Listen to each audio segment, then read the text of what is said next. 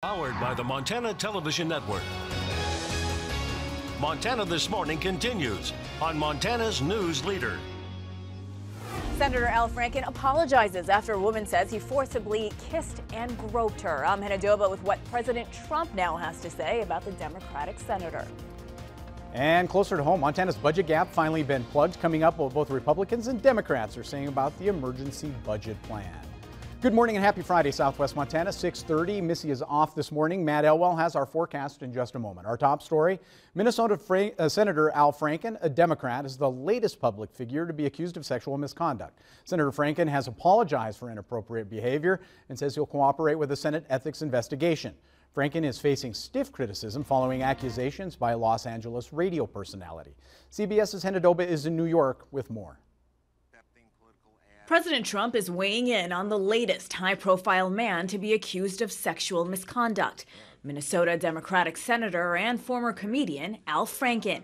The president overnight tweeted in part, "The Al Frankenstein picture is really bad, speaks 1,000 words."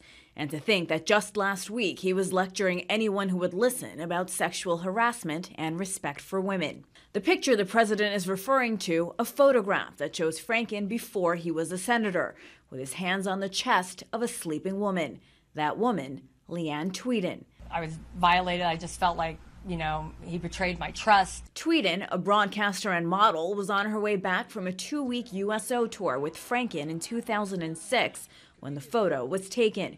She says earlier in the trip he forcibly kissed her while they were rehearsing a skit. He stuck his tongue down my mouth, and I remember I pushed him off with my hands.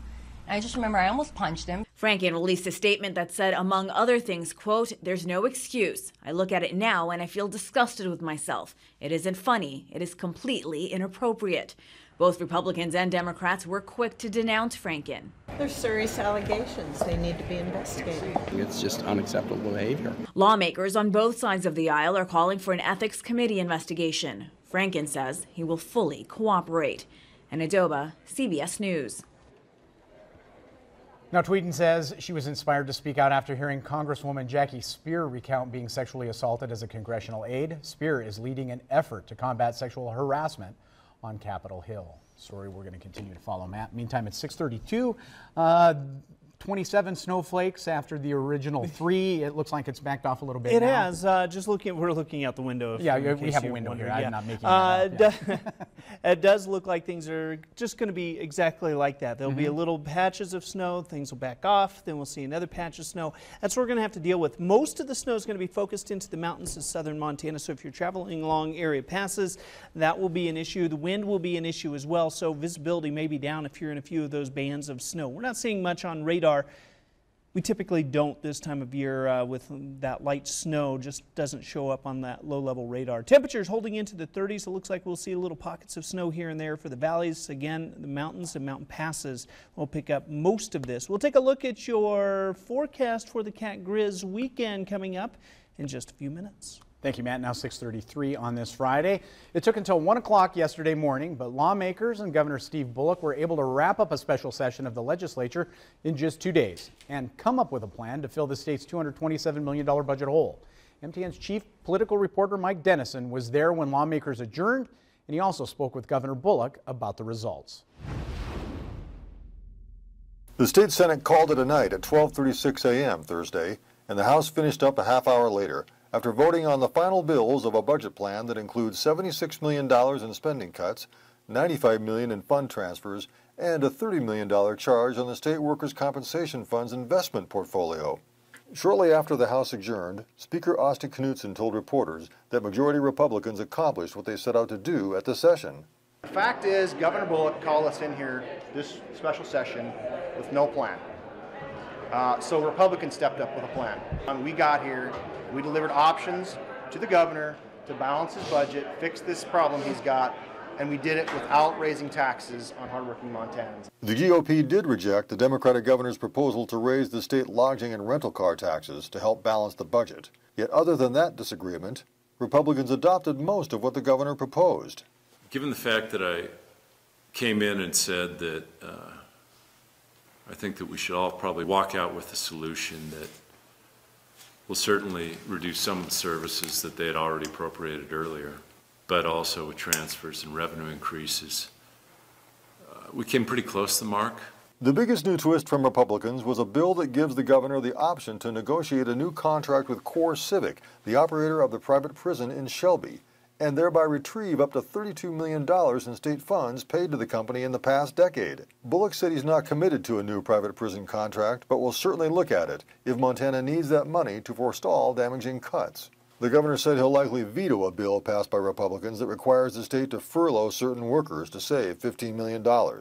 Yet, overall, Bullock said he's generally pleased with the outcome of the session, especially the fact that GOP lawmakers agreed to take steps to avoid much deeper cuts in services.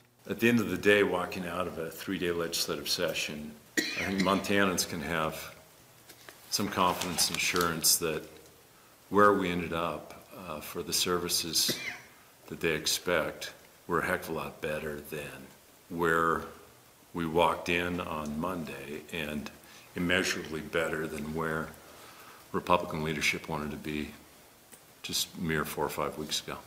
Reporting from Helena, Mike Dennison, MTN News. Now, Governor Bullock says he'll start implementing those cuts next week. In other headlines, a man charged with deliberate homicide for allegedly killing a baby in Bozeman has made a motion to dismiss the charges due to lack of evidence. 22-year-old Brandon Moss was charged in October of 2016. The motion he filed to dismiss the charges claims that there is lack of probable cause in the case. Gallatin County Attorney Marty Lambert responded saying he does have enough probable cause and has requested a hearing on the matter. Moss's trial has been set for February. He is currently in the Gallatin County Detention Center on a $350,000 bond. Also, the Montana Department of Public Health and Human Services has unveiled a new proposed regulation on the state's medical marijuana industry. The rules include procedures for testing all marijuana and marijuana-derived products before they're sold, as well as labeling and security requirements providers will have to meet, and a statewide tracking system to follow where every plant comes from. Earlier this year, state lawmakers approved a major reform to the medical marijuana industry and ordered DPHHS to create rules to fill in the details of these changes. Agency leaders say they work closely with other states that have expanded marijuana regulations. We've already received some comments on the rules that have been real valuable. To get all these different perspectives, I think that will make the rulemaking process and the final drafts of the rules even that much better. Now, DPHHS will hold a public hearing on their proposed rules on November 30th at 1 o'clock in the afternoon. If you'd like to look at the full proposed rules, there's a link on our websites. DPHHS leaders say they hope to finalize the rules and put them into effect by next spring. Well, it's the busiest time of year for the Gallatin Valley Food Bank, and the food bank needs some help. Just a week away from Thanksgiving, the food bank says it's short on turkeys. Starting Sunday, the food bank will be delivering Thanksgiving dinner boxes. Of course, turkeys are the most important part of that Thanksgiving meal, but the food bank needs about 1,500 of the birds to provide dinner to families in the valley. Right now, the turkey count is just over 1,000. Turkeys are huge. They truly are. Like you said, that's the most expensive thing for folks to go out and buy. And so I so appreciate the generosity of our community that I feel like the word gets out every year and the turkeys start pouring in the door. Now, to learn how you can donate, visit us online, kbzkkxlf.com. Well, in spite of bad weather and fires, visitation numbers continue to rise at Montana's national parks this fall. The latest report on Glacier Visit covering October traffic shows Glacier's visitation was up by more than 11% from the same month last year. More than 84,000 people came through the gates. Totals also pushed Glacier's annual visitation mark. There's a chance the park could break the 3.3 million mark, and that would set a new record. Now, Yellowstone National Park was also busy in October, but thanks to some early season snow, not as busy as it had been in recent years. According to Yellowstone's public affairs specialist Morgan Worthen, nearly 212,000 people visited the park last month. That makes it the third busiest October, behind 2015 and last year.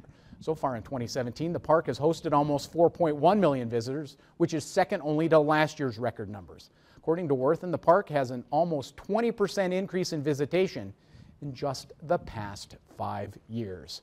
We're going to take a quick break here on Montana This Morning. When we come back, more headlines. But first, let's take a look at what's coming up at 7 on CBS This Morning. Hey, good morning. Ahead on CBS This Morning, we'll talk with Republican analyst Dan Senor about what's next for tax reform after the House passed the Republican bill. And singer-songwriter Chase Rice on his wild journey from college football to country music with pit stops in NASCAR and as a contestant on Survivor. We'll see you right at 7.